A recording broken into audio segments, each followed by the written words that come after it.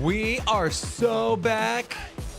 Kind of talking about the markets, but also we're back. We're excited to be here with you today. The markets are moving. Bitcoin above 94,000. Altcoins are starting to run. Made some money on an Aerodrome trade.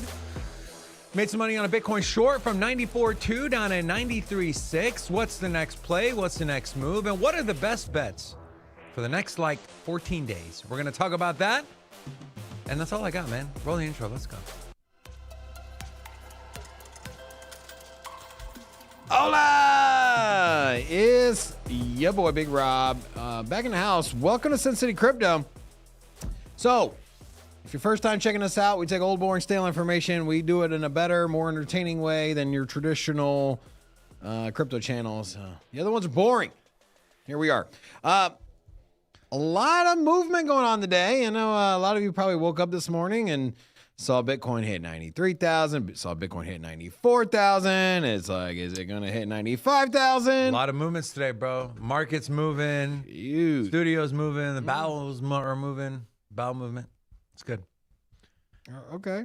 I would like to say that I missed you guys. I miss you. I hope we hope you missed us too. And I'll throw it over to Rob. Rob, where's Bitcoin at?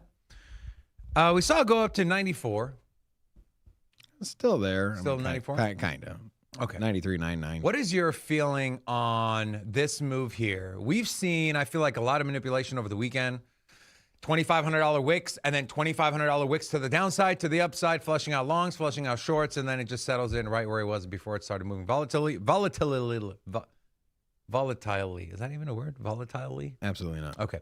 And then now we have today's move, which almost peaked at 95K. And we know 95 is a big level. We know 100 is a bigger level. What's your gauge on the market, Rob? And you think this move is something that people can get excited about, or are you proceeding with caution here? So definitely excited. And a lot of it is off of the fact that we're just over the last month, right? Ever since we came in, and whether or not it's easier for you to see this on TradingView or perhaps even just kind of that traditional CoinMarketCap look, you can see here, this was back in November 20th when we were down to 82,000, right? And if you remember what was going on, we came down. So we came down and put in this $70,000. No, this is on the year. Excuse me. Here. So we came down. We did wick down to $70,000 briefly. When? What's up? What time frame is that? When? This is November 20th. Or no, was it October 8th? When was it? Anyways, yeah, it was. When did we go down and hit that 70,000 wick? It was briefly. Oh yeah, it must have been. It was October 20th. So I know October 10th was the big washout, but it didn't get down to 70. The Yeah, only that 70 one- I remember was earlier this year when it went down to 74. No, we came down to 70 for like a wick on this November 20th. Okay. Anyways, go ahead. Yeah. So anyways, looking here at this chart is that we came down. CoinMarketCap has it at 82,000. And we then came back a week later, or a week and a half later, and came back down. And the bottom we put there was 84,000. So 82,000, 80,000, maybe a quick wick down to 79, whatever it was. Anyways, we bounced and then put in 84,000. Then we had another pullback. Now that was this week here, right? So if you're looking here on this week, we had a pullback. We lost 90,000, right? We're getting euphoric. Remember last Monday, we're coming in here. We're like, hey, 90,000. It's in the rear view. Here's 92, 93,000. And then ultimately that got lost. And we came down over the weekend. I think it was on Friday. And we dropped down to 88,000. And then yet again on Sunday, we came back down to 88,000. But as mentioned, when you look back here on the month, you can see we're putting in higher lows every week and a half. So the trend here is I truly believe that the bottom is in. I think that, we had a lot of people that were positioning themselves to make a lot of money, or that there were a lot of long positions back in October. I think that people were really buying in this October situation, and it just never played out. And so I think a lot of people got washed out. There were a lot of long liquidations that were wiped out, particularly in October. We already know that.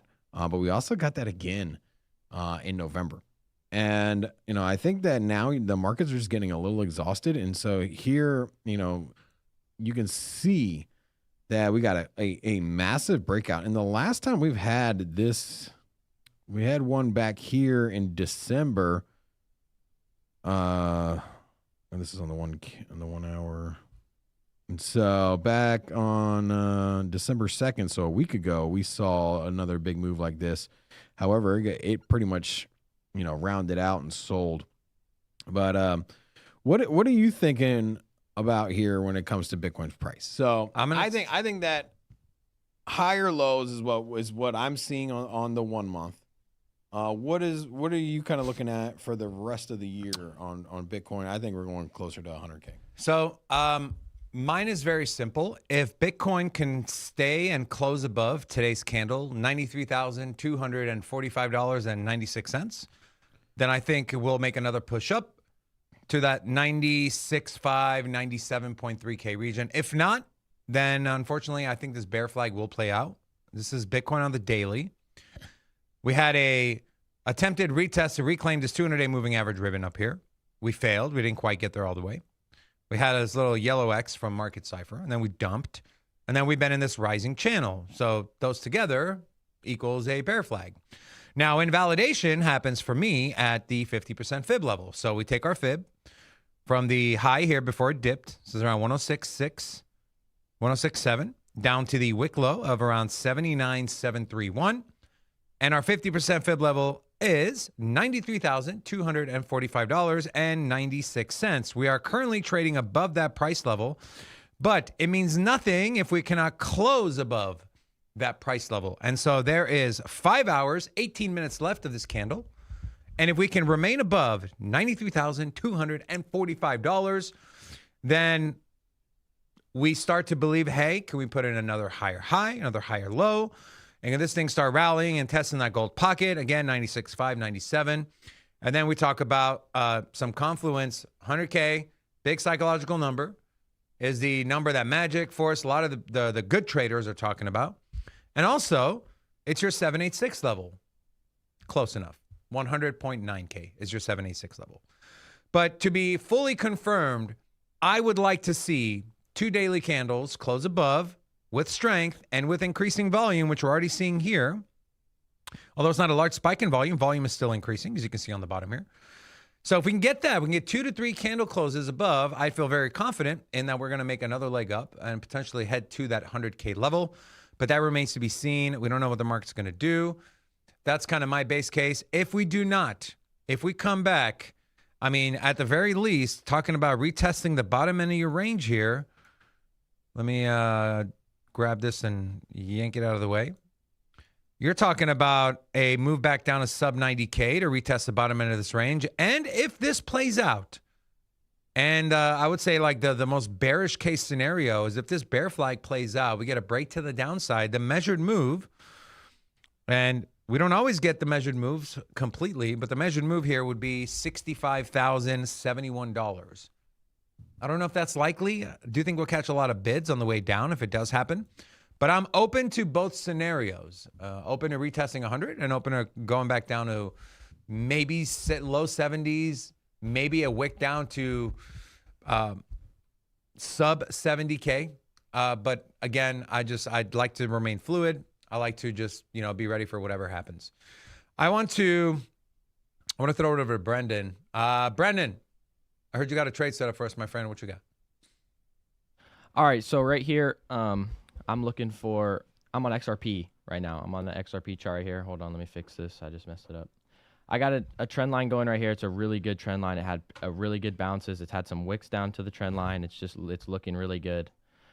So right now I just got a breakthrough through my trend line. So all I'm doing is waiting for a change of character, which will come around $2.14, which is what I'm looking for right here. And then once I get that change of character and hopefully a fair value gap, then I will enter into a trade with my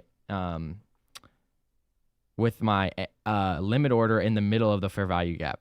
And then it'll come up, fill it, and then it should push back down. That's my trading strategy. So right now I'm just waiting on my change of character to happen, and I have my Lux algo, so it'll map it out for me, which is nice.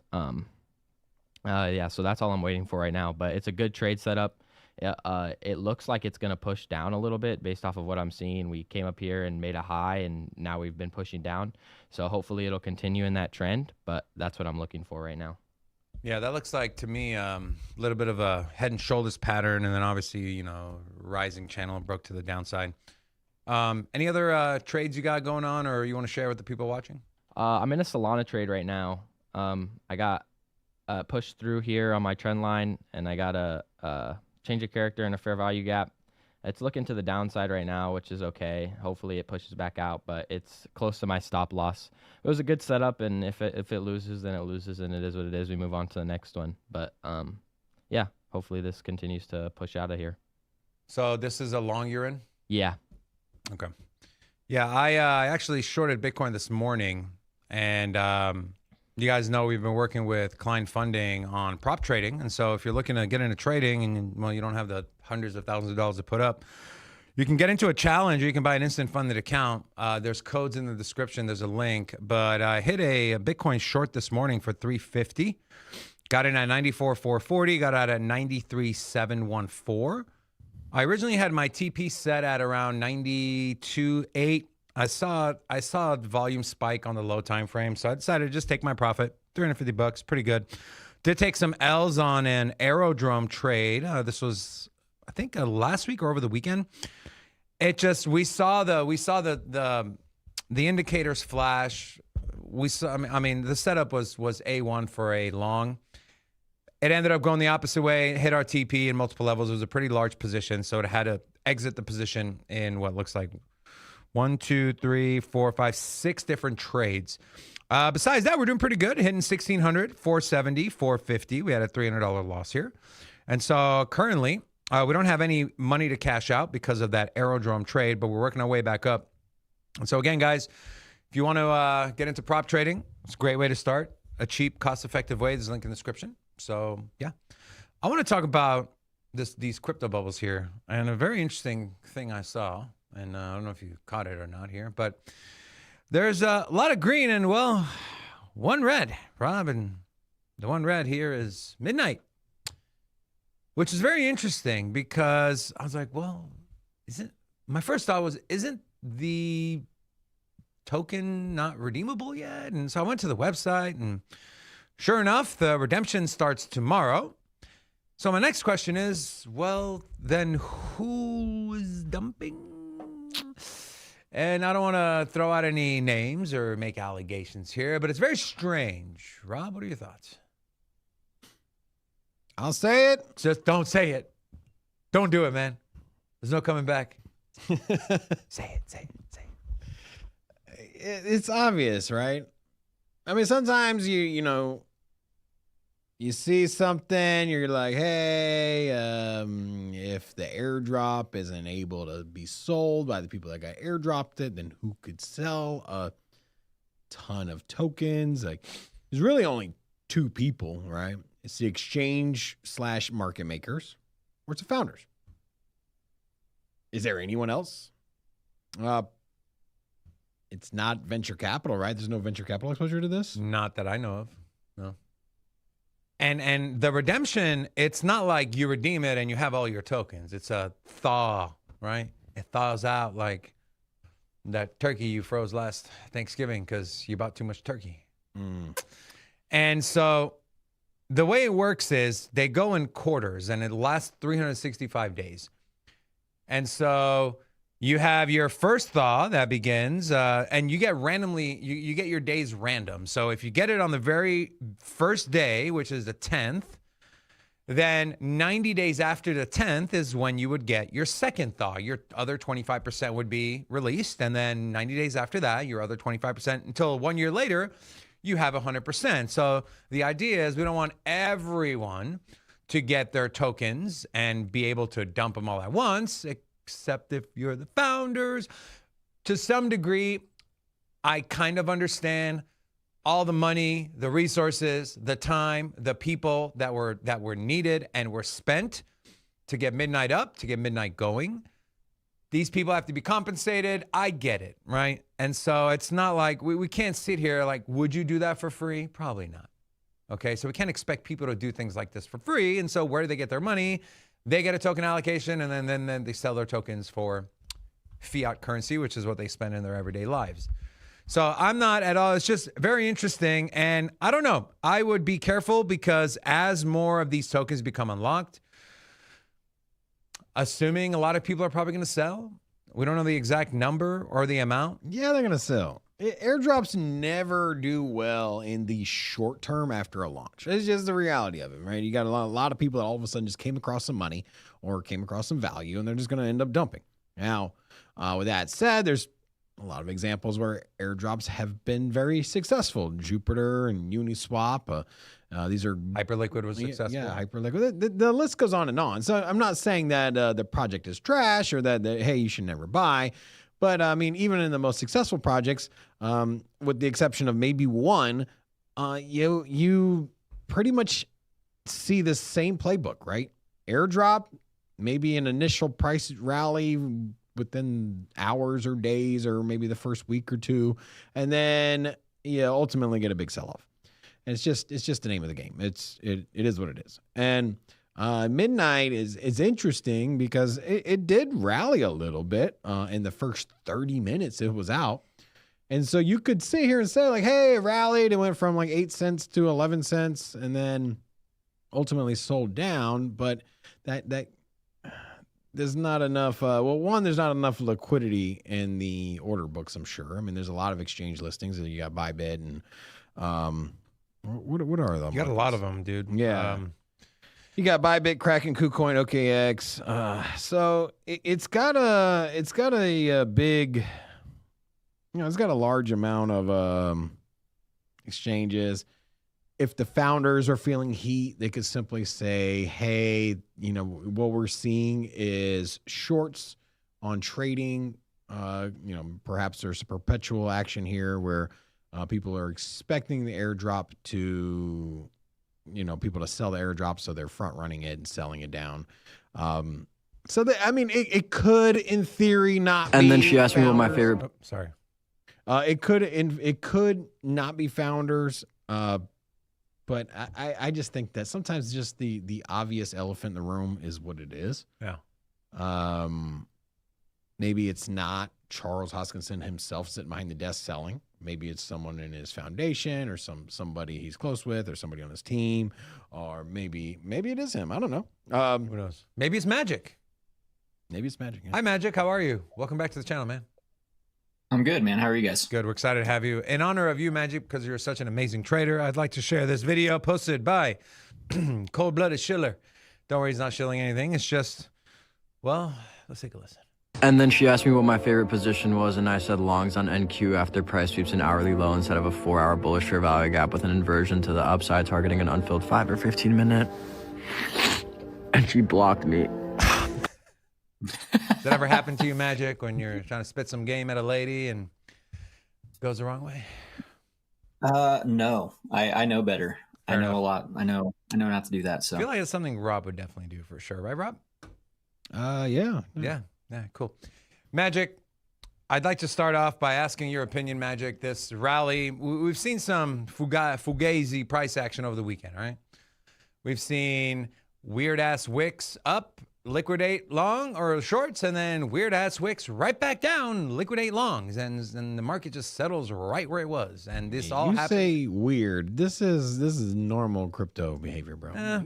These wicks always come. It looks very coordinated. I don't know. It doesn't look like just free market price action, okay? And I know there's always manipulation. I get it.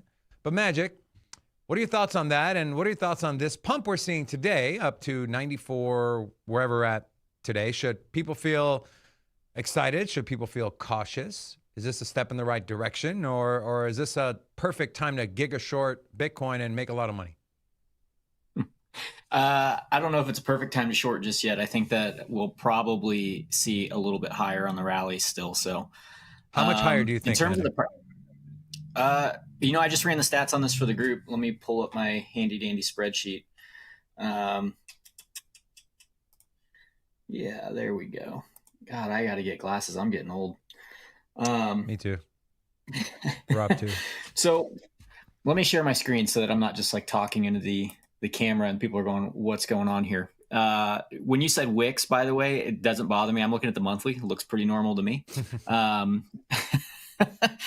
if we cruise out to like, if we cruise out to like a 4-hour daily though, again, I'm going to kind of go back to the well of averages that are incoming and like a mean reversion. I'm going to get rid of the 60-day because it's just not necessary for this. So we have a 6-month and a yearly average incoming.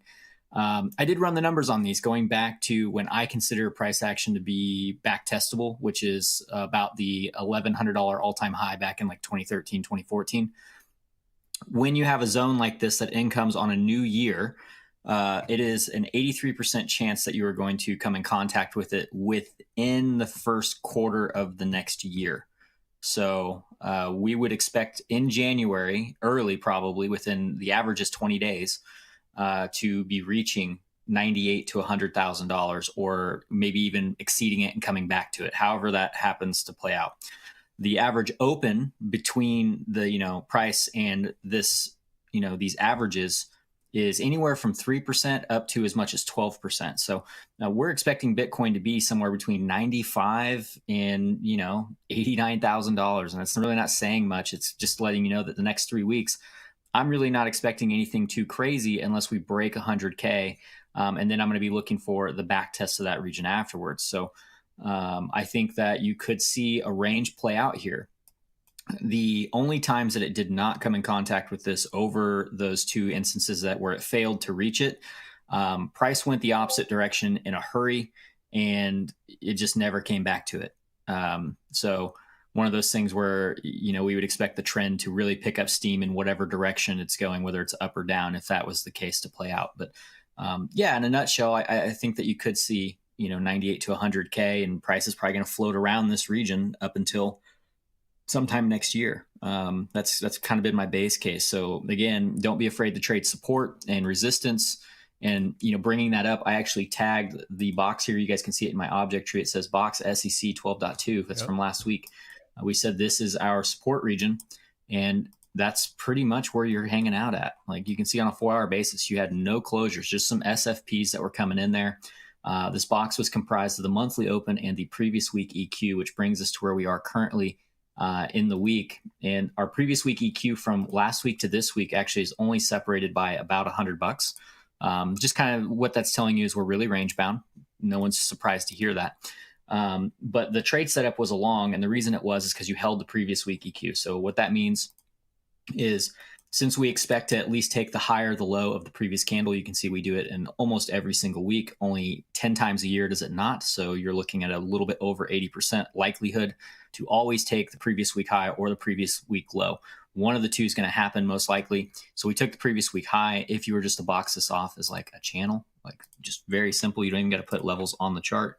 You can just do this and say, okay, as long as we're above here, I'm expecting to go higher. Go down to a 4-hour, and you can see that's where you were basing off of. There's your last touch on Sunday, the last 4-hour candle of the Sunday close, and you've now taken the previous week high. So that's the trade setup. I wouldn't be really looking for longs from 94 to 97 unless I was like in an intraday scalping. So to me, as long as price is hanging out above about $89,000 to $87,000 in the immediate short term, price is fine. But if you give this up, you can see there's a lot of air down here. And I saw you show a bear flag earlier. Yeah. And I think that's when you can see things like a maximum open, below this targeted zone going into next year. And that's when, you would say, all right, yeah, this could be, 12 to as much as like 16% down here. And that's like 80K again. So now you're just targeting these lows. But to me, even if you came back down to there by the end of the year, guys, like that's a pretty big support zone.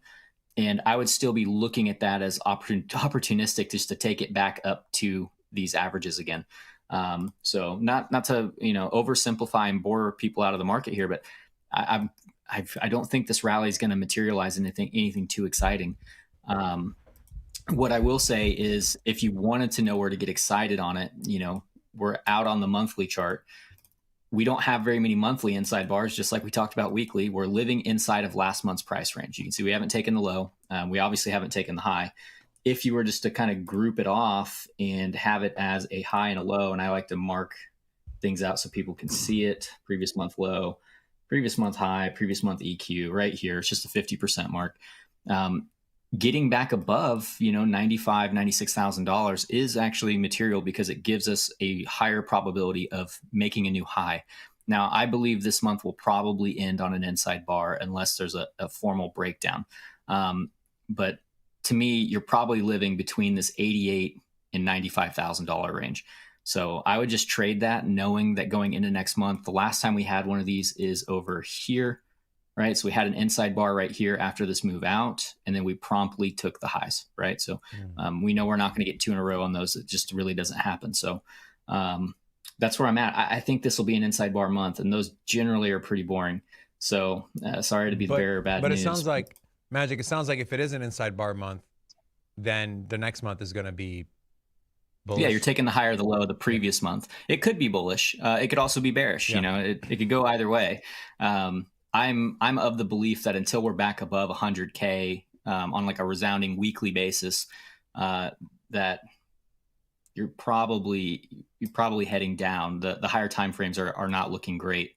Like when we look at the 3 month here, it's not a great 3 month candle, not a great close to the year.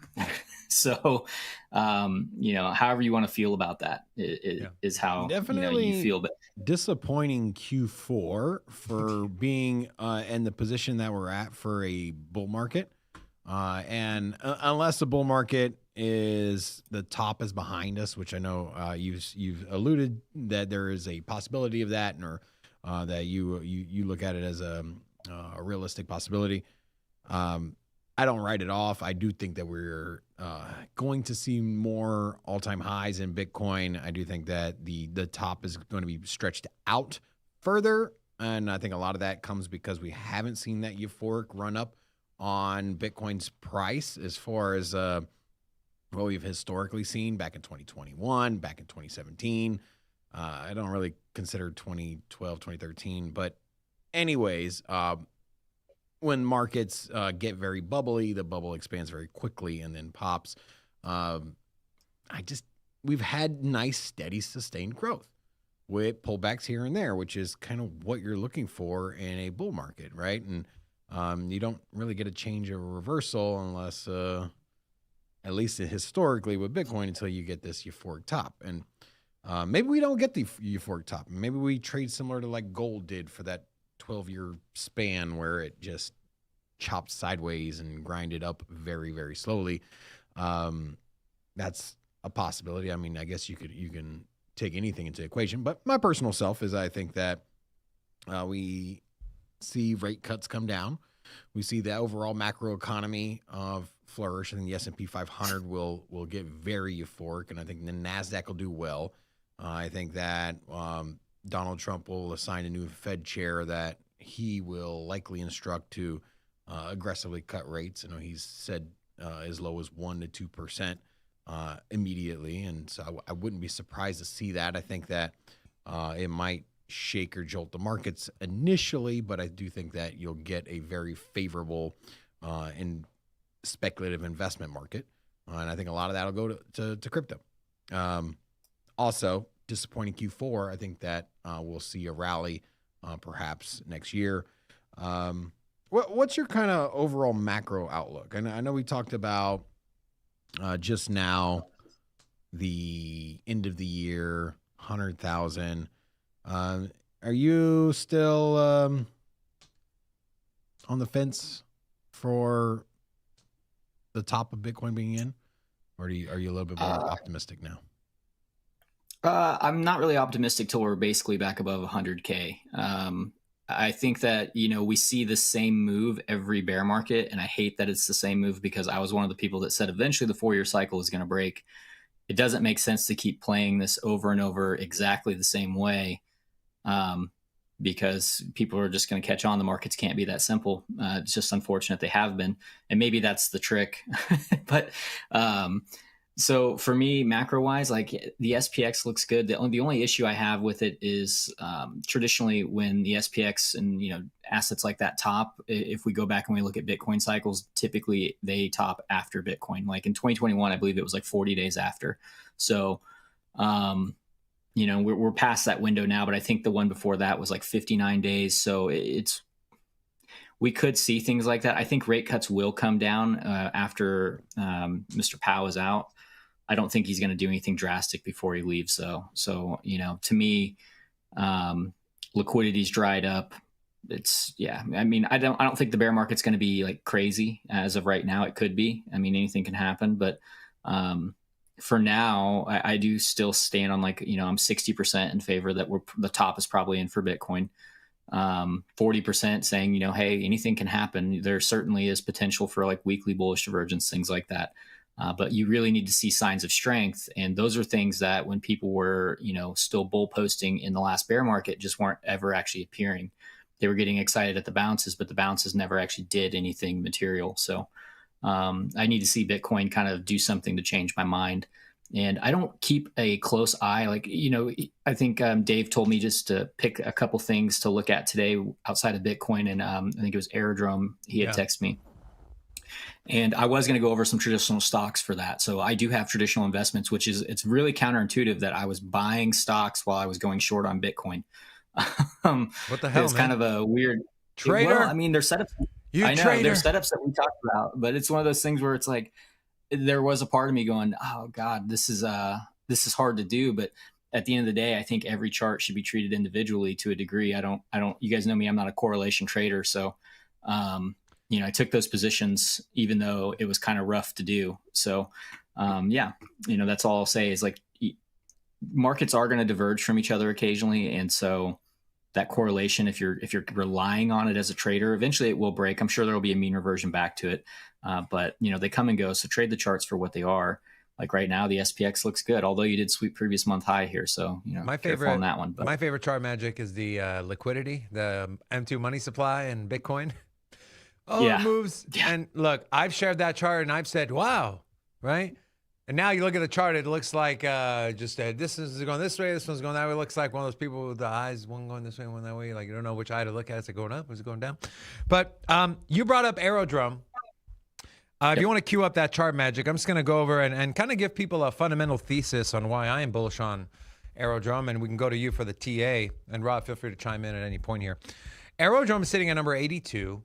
They just had a domain hack, and so there's a little FUD around that. They got it fixed. Of course, it's not saying it's a small deal. Can you stop doing that? But it's sitting at number 82. It's got a market cap of $617 million. It's the number one DEX on Base. It's got a partnership with Coinbase in terms of the markets that are not available on Coinbase's main hub. You can access them via Aerodrome. They just partnered with Velodrome. They're bringing everything under one umbrella. Here are some statistics and metrics. TVL, you can see, is starting to rise. Volume, rising. Swap fees, rising. This is per epoch on Dune Analytics. You also have, guess what, guys? They just launched. They launched on Solana. Or I should say, Solana launched on Aerodrome. So now you're bringing in some argue, the most retail-friendly kind of moving L1 in the space, Solana, into Aerodrome and via Slipstream. And if you go back to Dune Analytics, you can see here broken out by cumulative total and then your Slipstream. It's kind of like your near intense sort of say, where you can kind of plug into any L1 and any infrastructure. And it's already proving that it is more, you get more bang for your buck. So here is someone screenshotting an exact trade, same trade at the same exact time on Aerodrome versus on Jupiter. Just take a look real quick in Magic. Well, I'll get Rob's opinion first, and I'll go to you, Magic, for the TA here. So this is this person here trying to swap $3,000 of USDT to Solana. Same thing on Jupiter. He's swapping back and forth same time. So you can see on Aerodrome, he's getting 22.38 or 3.1. And on Jupiter, is getting 22.3. Now, I know that's a small amount for $3,000. But Magic, imagine if you're doing this on a scale of maybe $1 million, maybe $5 million, $500,000. We're talking about a few grand here and there. And if anyone is price sensitive, why would they not go with the option that they get more value from? And so for me, when I look at Aerodrome, everything I just mentioned, the prices, it rallied up to $1, almost 30. It got down to 55 cents. I pulled the trigger. I bought some sub 60 cents. We let our Patreon members know. So hopefully you guys got in too. I know the price has been down a little bit, but I'm bullish on this project. I'm bullish on base. And I think Aerodrome is going to be a project that does fairly well. And they got their tokenomics flywheel in action as far as with their governance and their birding model, their buybacks they're doing as well. I know a lot of people don't like those terms. At the end of the day, what do people perceive as bringing value to their bags? And I think the whole token buyback and burn thing gets people excited. And whether you believe it or not, if it causes the price to go up and people can make money, great. Any thoughts before I swap over to Magic Man? No, I think when you get into the Solana ecosystem, I think it's wildly bullish. But there's a lot of competition there when it comes to DEXs. And I think that's the heaviest DEX as far as dApps that are used for a layer one compared to ETH, right? ETH is, what is it, like 2 or 3 DEXs that kind of run the whole thing? That's mainly Uniswap. That's what for the most part. Yeah, it's Uniswap and then like a couple other. Can you name another one? Yeah, Sushi Swap. Isn't Sushi Swap is no Sushi's ETH? Is it? Yeah, Pancake is all the food. So Sushi Swap is ETH, Pancake Swap is Binance, and Sunday Swap is Cardano. Yeah, yeah. So it's good to see him there. I just would be very. I don't know. I don't think it's that bullish. I think it's good. It's good, but I don't think it's. You don't think it's that bullish that they're tapping into Solana?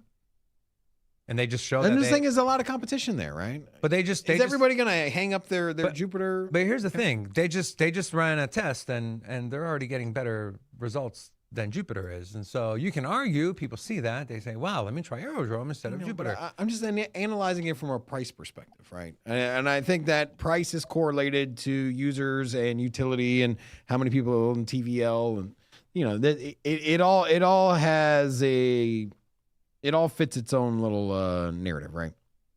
You think Aerodrome can get to $5 in 2026? 5? Yeah.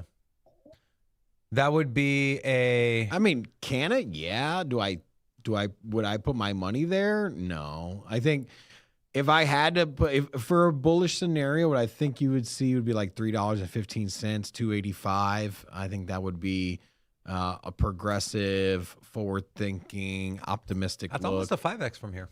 Yeah. I mean, the dollar is just a hard spot for that thing to break, right? It's been over $1 just a handful of times. Rob, it opened significantly over. It opened 2025 at $2.20. Yeah, but that was short-lived. It actually was very short-lived. Yeah, but I mean, after that, it got to $1.20 one time for like a month, and that was it. And then other than that, it's just kind of was stuck at $1. Wouldn't go too far above $1.10. Was kind of like its bullish momentum, but what do you think, Magic? Yeah, Magic. We gave you the fundamental. Give us a technical. The technical. Yeah, I don't know. We haven't looked at this one in a long time. It plays really, really technically, to be honest with you. So is that a good this thing or is a bad the chart thing, that. Magic. No, I mean I think a lot of the coins do, but it's a good thing. I mean, you don't want things to be too out of pocket, I guess, but. Likes the gold pocket. This was a zone we looked for a bounce. It's just kind of playing all the key levels. This was an old support zone, and I'm going to redo this one because I think that it's a little bit on the wash side. You can see this 3-month SFP here that's dotted. It's no longer valid. You have a new one. You have a new one down here at 40 cents that's going to be more important. So we're just going to go and delete. Probably go ahead and get rid of this level. Just replace it here. Maybe if I can get my cursor to work. So a lot of your key supports are going to start coming in a little bit lower. That's not a bad thing necessarily. Like on a monthly time frame, you can see now that you've got one. Oops, I'm going to get rid of that box. A little bit lower too. I think that you're set up for at least a short-term bounce. We'll see what comes of it. But ultimately, support is between 50 and 40 cents in terms of like structure on this one. And if you go to the 2-month, I think that'll also kind of confirm that a little bit. Yeah, you're kind of there, I guess, on the bi-monthly, but you really need to see this previous bi-monthly low reclaim. So that's going to be your immediate key level here at 69.632 cents. Key prior low. And then for a key prior low for support, it's just going to be the previous month. So the previous month low is right here. So, it's kind of wedged, really, really sandwiched there. For anyone in the group, they'll get that joke. It's kind of an inside joke from well, why don't you tell us what it is, old man? We trader want to be inside. I'll share it in the Discord. Okay. There's a trader that used to be really popular that got caught being a scammer. And one time he uploaded a picture of himself in his underwear. What the hell? And I know. And it was not a good look. And he used the term price is really sandwiched right here. So it became like a meme that we still pass around in the group. Fair enough. So yeah. Yeah, anyway. I'm good on the picture. I don't need to see it. Thank you. Yeah, you probably don't want to see it. Filicone, that's his name. Filicone. From way back in the day. Nice. But anyways, so your previous month low here and your previous 2-month low are kind of be your 2 key levels to operate off of. And they're going to give you a directional bias on what you want to be doing here. So if we can recover, it says key prior low, that's your 60-day previous low from that last session. Like if we can get back above here, we could say that this is probably putting in some form of a formal bounce. We want to be living above there. So if you go to like a daily, I'm sure it starts to look a little bit, less junky. It's a little cleaner here. I would just start looking at like where's my monthly pivot? My monthly pivot is coming in at 86 cents. That is a huge jump from where we are at 69 cents when you think about like an intraday trade. So that's not a bad trade-off. Whereas the previous month low here is what you're going to want to see holding. If you lose 62 cents, I don't think it's going to be like a free fall or anything, but you do have support down. It starts at 51, but realistically extends all the way down to 40. So keep that in mind as price is going there. And I would just keep this low right here in mind.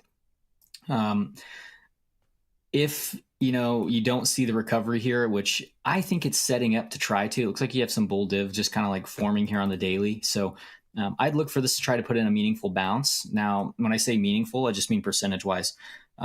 This thing has a lot of work to do to confirm this as like a low. And yeah, that's a 25% move up to the pivot. And that's just coming back to a target that it's just coming back to a target it always hits. Like you can see it hits the monthly pivot every month almost. So you'd be looking for 86.1 cents. I don't know what that looks like on a fib retrace. I doubt it's a gold pocket, but it's, probably somewhere close to the previous month EQ. Yeah, it's fairly close. It's like a 382 retrace somewhere in there. So let's go to this guy. Yeah, there you go. 382. Perfect on the dot. Huh. And I think that would be a decent move. And if it gets any higher than that, then your next key level is that Q4 low at $1. It's the psychological level as well. And it's your local gold pocket. So if I was a long trader here, I would say I'm confident this is the low. I'd be willing to put my invalidation there. And I would just say, I'm looking to set something up like this, basically. Oops, I'm not looking to move that. I was looking for this here. There we go. And I'm looking to, TP1 here, TP2's all the way up here. And the risk reward on that's definitely worth it. Now, it may not pan out, but not every trade does. So, that's the key, is just to take trades that make sense. I think that one does make sense. This thing's played out kind of the bigger bearish move. Like, I think this is what we'd identified last time. It pulled off this giant ranged bat. And this pattern's really unique because what it does is it really utilizes anywhere from like a 38.2 here at the median up to a 50% is what you want to see. And that's just kind of letting you know that, that's the middle of the range. But you'll notice it doesn't take the low of the range here, and it doesn't take the high of the range either. It gets very close. And so everybody that's trying to, breakout trade on either side kind of just get absolutely wrecked. And then it comes back into the range and washes everyone out. And it just continues to basically do that. So that move is played out. So I would say that your range is pretty well defined, anywhere from 40 cents all the way up as much as $2, obviously on the macro. But I would say this, this area right here, the B leg, it's going to be very telling, where we could probably delete a lot of lines and just put this on the chart and say, this is my midpoint. And let's actually make that let's make it this color. It's easier to see. And let's get rid of all this other junk. That way nobody at home is going, what is on this guy's chart? Because I'm sure that to a degree they're already kind of saying that. But yeah, you've come down, you've hit support, you've kind of rotated back to like $1.60, but you're just kind of chopping around the middle. So this is the EQ of your macro range right here. And until $1 is recovered, you're really not going to see any meaningful price action to the upside. So I would say if you break above 70 cents, look for a back test of about 86, then maybe even as high as like $1. And then I would treat that as support and resistance from there.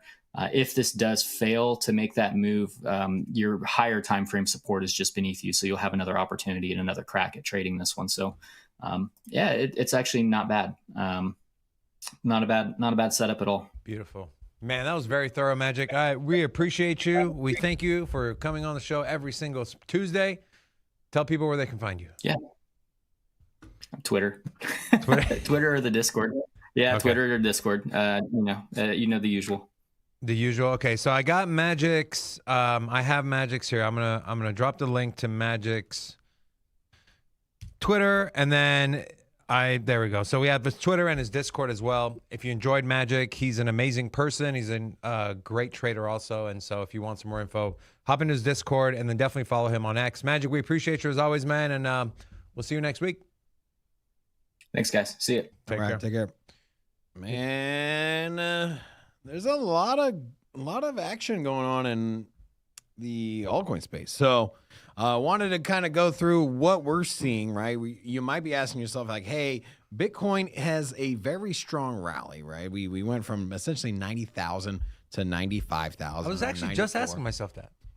But what alts are you looking at, right? Because we know that when you get the big breakouts from Bitcoin, well, there's a lot of opportunity to be made in alts. And well, the leading the way on the week is Zcash, also followed by Ethereum. Very interesting here. So Zcash, I think what you're seeing here, in my opinion, I think that this move on Zcash is more of a bounce, right? If you look here on the 1 month, you can see that it just really sold down. We were at 650, 500, 680, 690, testing that 700 down to 500.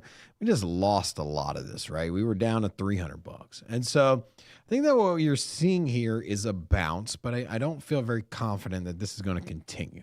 Now, with that said, going back into what we're seeing now, ETH is in a different position. Now, ETH is bouncing, is moving in the similar way that you're seeing Bitcoin move, right? We're putting in higher lows, and we're seeing this massive breakout. And ETH being number 2 on the top 100, I think speaks a lot. And then I think what's a little bit more telling is if you pull this up here, is the top 200 by gainers on the 24 hours. So you go to the biggest gainers in the 24 hours in the top 200, and I'm noticing a trend here. You got Terra Luna Classic. It's a joke. It's a meme coin at this point. You got Dog with Hat, Pudgy Penguins.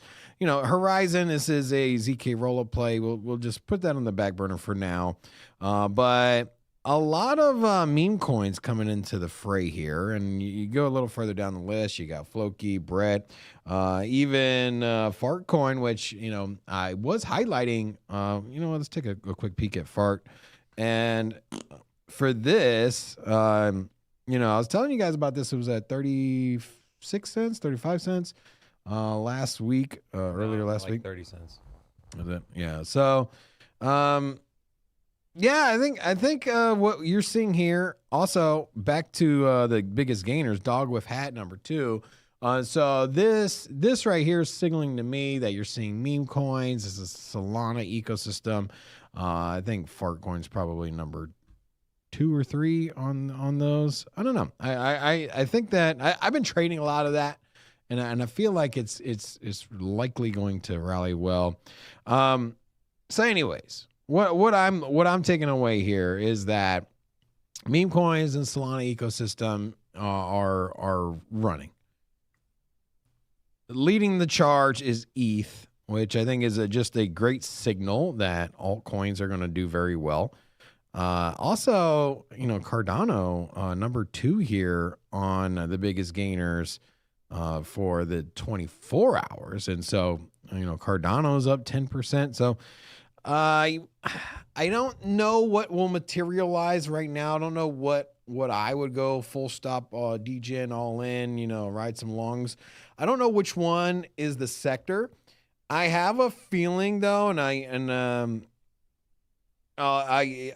if it plays out, I'm gonna just go all in on it. But I have a feeling it's gonna be meme coins, and I think it's gonna be Solana ecosystem.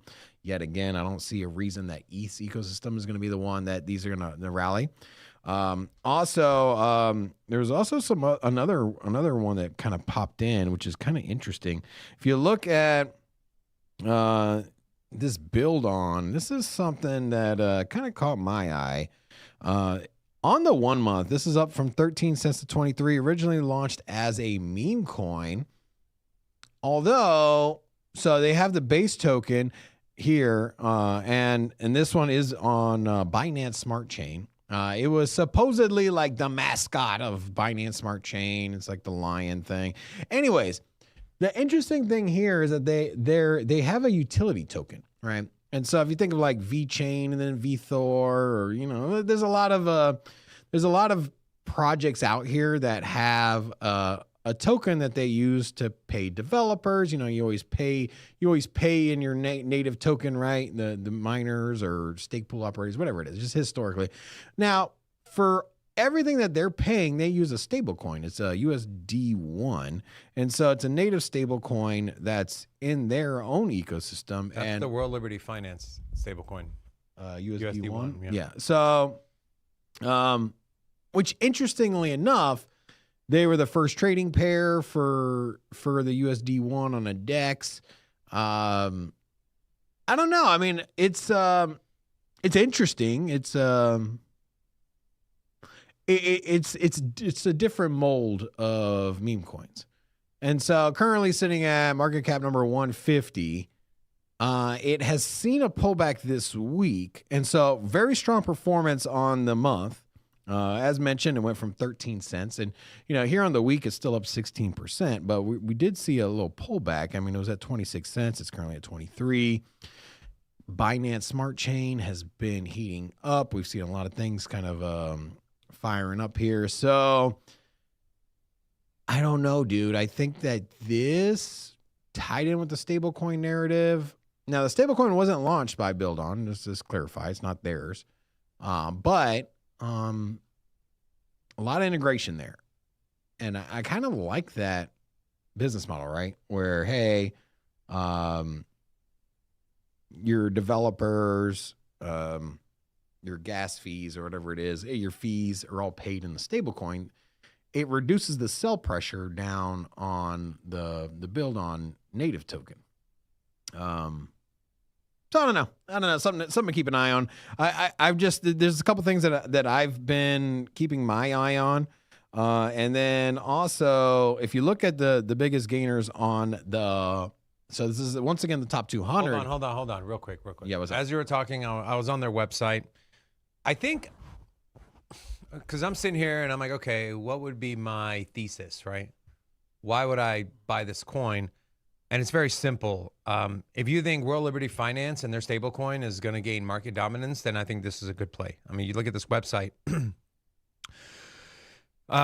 First meme project invested in by World Liberty Finance. They're the first trading pair of USD1. They're the first trading pair listed on centralized exchanges with USD1 and the highest trading volume on the pair on USD1. Is also, I believe, the biggest meme coin on Binance Smart Chain.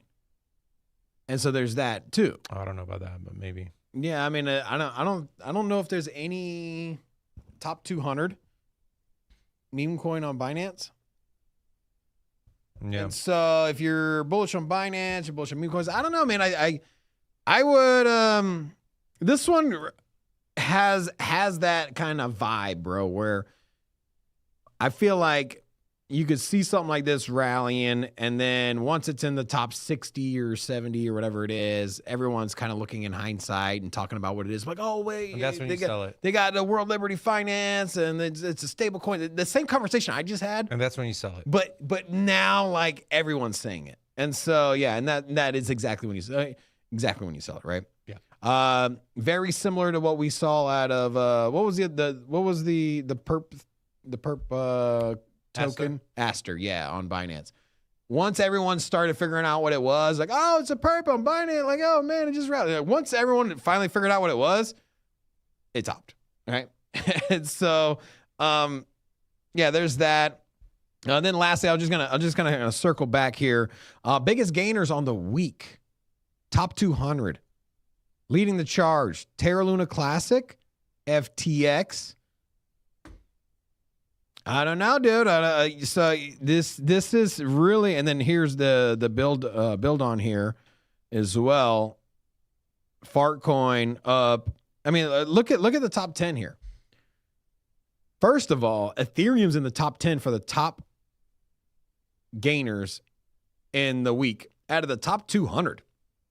So, I mean, then you got Dog with Hat, Fartcoin, Build On, FTX, Terra Luna. All meme coins. The only projects here, Decred. That's a Dino coin. Yeah, I mean that one came out in 2016, so it's an older one.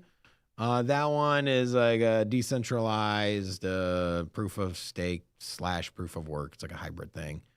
Core is interesting. What was Core again? Meme Core.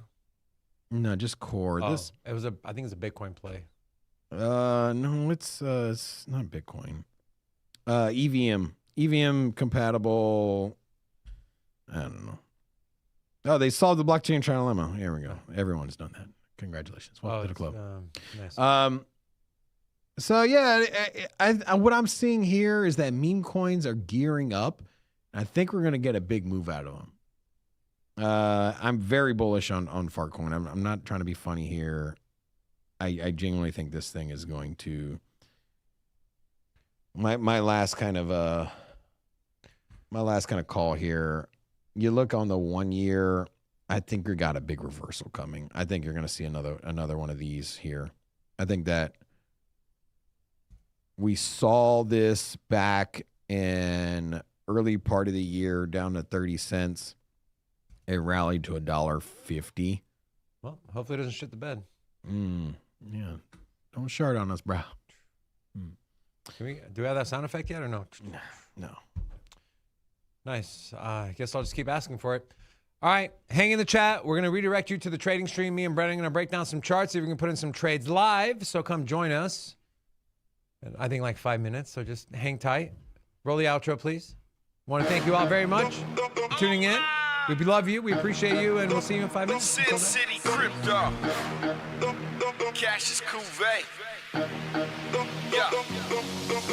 Sin City Crypto. Everybody know what we here for. Entertainment and info. Gonna show you how to get that big dough. So every day stay tapped in. For big facts, no capping. With Bitcoin, if you're in, then you win. We divide the pie with no fraction. It's Big Rob, David. I spit the game, but they gave it. Name the coin that's your favorite. I got dry powder, why save it? To the OGs, new beginners. Special shout out to the well members. Buy the dip, sell winners. Ain't really nothing you can tell sinners. Tune in for the latest new flavors. They gonna teach us meme coins. They polarizing like barbecue chicken pizzas. I laugh with a major grin. Laggers, we trade them in. Baddies, they came to sin. And sinners gon' play to win. Screaming hola, till my bags are flowing over.